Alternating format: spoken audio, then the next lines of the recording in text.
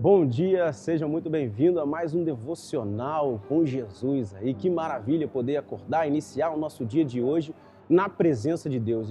Hoje nós vamos continuar compartilhando a palavra de Deus e eu quero te dizer que o tema da nossa mensagem de hoje é não morda a maçã. Isso mesmo, não morda a maçã. E para o texto base para nós nessa manhã é 2 Timóteo, capítulo 2, versículo 22. Vamos ler o que está escrito lá?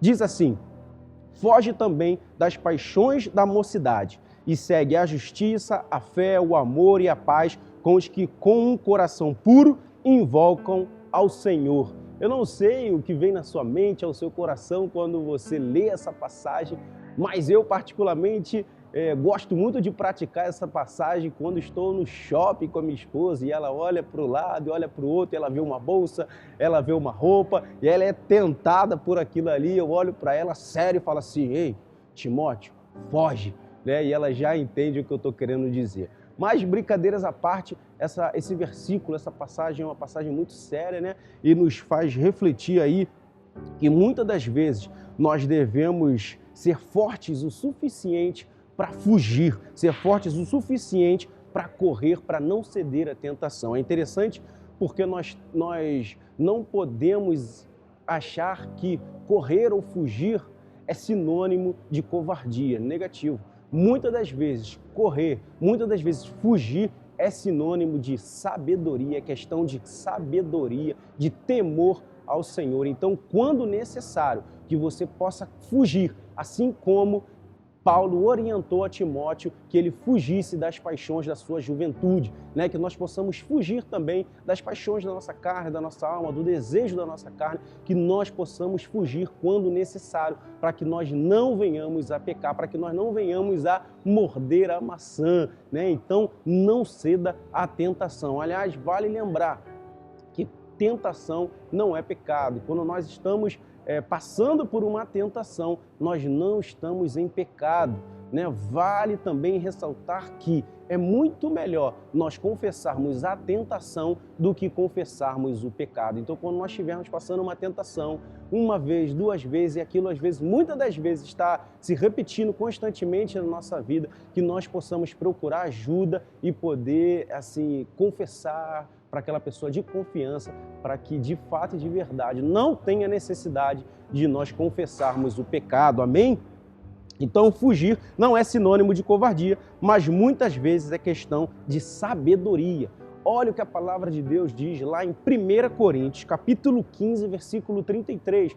É muito interessante essa passagem, porque a tentação e o pecado, elas vêm muitas vezes muito sutil. E olha o que diz lá. Diz o seguinte, ó: não vos enganeis, as más conversações corrompem os bons costumes.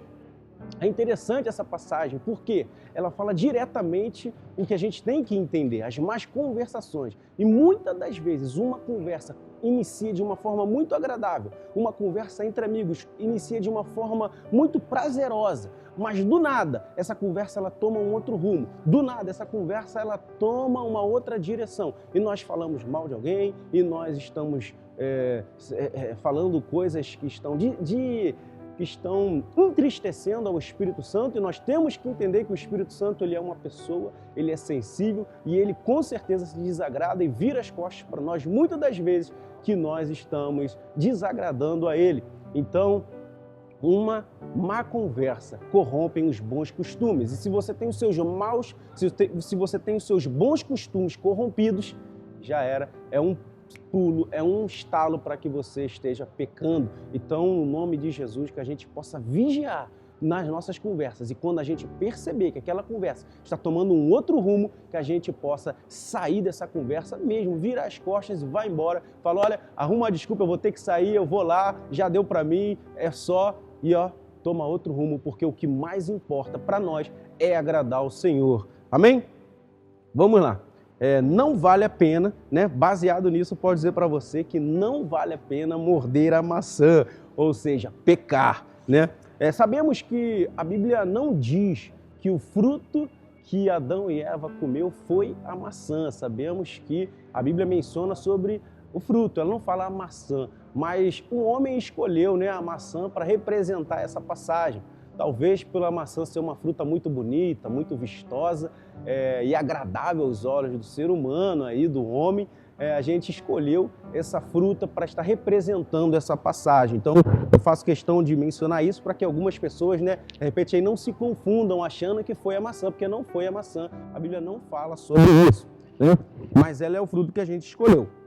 É interessante porque, por mais belo e agradável que sejam os nossos olhos, que alguma coisa possa ser aos nossos olhos, temos que tomar cuidado, porque por trás pode ter uma cilada querendo tirar você do paraíso. Olha que coisa interessante, né? Por mais que aquela oferta venha, por mais que venha numa bandeja ali, aquela maçã linda, temos que tomar cuidado, porque por trás pode ser uma cilada. E aí, meu irmão, o que o diabo quer é que a gente caia em tentação, que a gente peque, porque pecando a gente é afastado de Deus. O que é o pecado? O pecado ele tem o poder de separar o homem de Deus, o pecado ele tem o poder para destruir o teu relacionamento com Deus. Então essa é a principal estratégia do diabo, é te tentar para que você caia e que você caindo, esse relacionamento com Deus seja quebrado. Então no nome de Jesus, fique alerta, se mantenha vigilante e não ceda à tentação. Tentação é um convite para pecar. Vale lembrar que passar por uma tentação não é pecado, só é pecado quando cedemos à tentação, quando somos vencidos por ela, né? A gente lembra da passagem de que José, quando José ele é tentado pela mulher de Potifar, a Bíblia diz que ela fica atrás dele por diversas vezes e ele sempre resistindo, até que um dado momento ela resolve segurar ele e ela quer se deitar com ele a todo custo e ele foge, ele corre, muito interessante, isso lá no Velho Testamento. E aí ele foge da mulher de Potifar e ela cria toda uma mentira. Mas por que aquilo acontece? Porque a estratégia de Satanás com José era afastar ele da intimidade, do relacionamento que ele tinha com Deus, porque o pecado tem esse poder. Então ele não cede à tentação, ele não cai e ele se mantém ali vitorioso, ainda que ele é preso. E ainda assim, na prisão, ele ganha confiança e Deus é com ele ainda na prisão. Amém? E para finalizar, eu quero te dizer da onde vem toda essa tentação que a gente passa. Tem 3 coisas aqui interessantes que eu anotei. Da onde vem a tentação? A tentação ela vem do diabo, a tentação ela vem de outra pessoa e a tentação ela vem de dentro, né? Do diabo. A tentação do diabo, ele quer nos destruir, nos levando a pecar, assim como fez a Adão e a Eva. Nós já falamos que o diabo ele tem essa intenção, porque aí ele vai nos afastar de Deus. De outras pessoas, algumas pessoas nos convidam ou pressionam fazer o que é errado, que são as famosas amizades perigosas. Então nós temos que ter cuidado com as nossas amizades, porque essas amizades nos forçam muitas das vezes a pecar, a ir contra a vontade de Deus. Então se você tem amizades assim, foge desse tipo de amizade.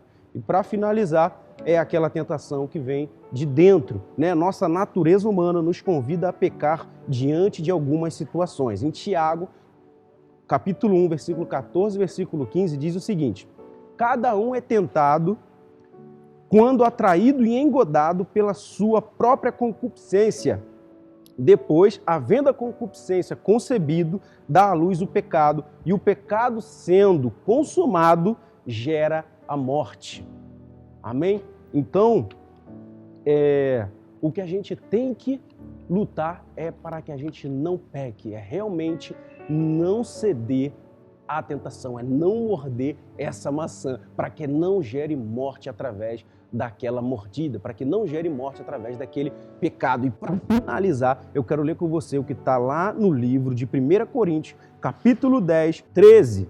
Diz o seguinte: não vos sobreveio tentação que não fosse humana, mas Deus é fiel e não permitirá que sejais tentado além das vossas forças.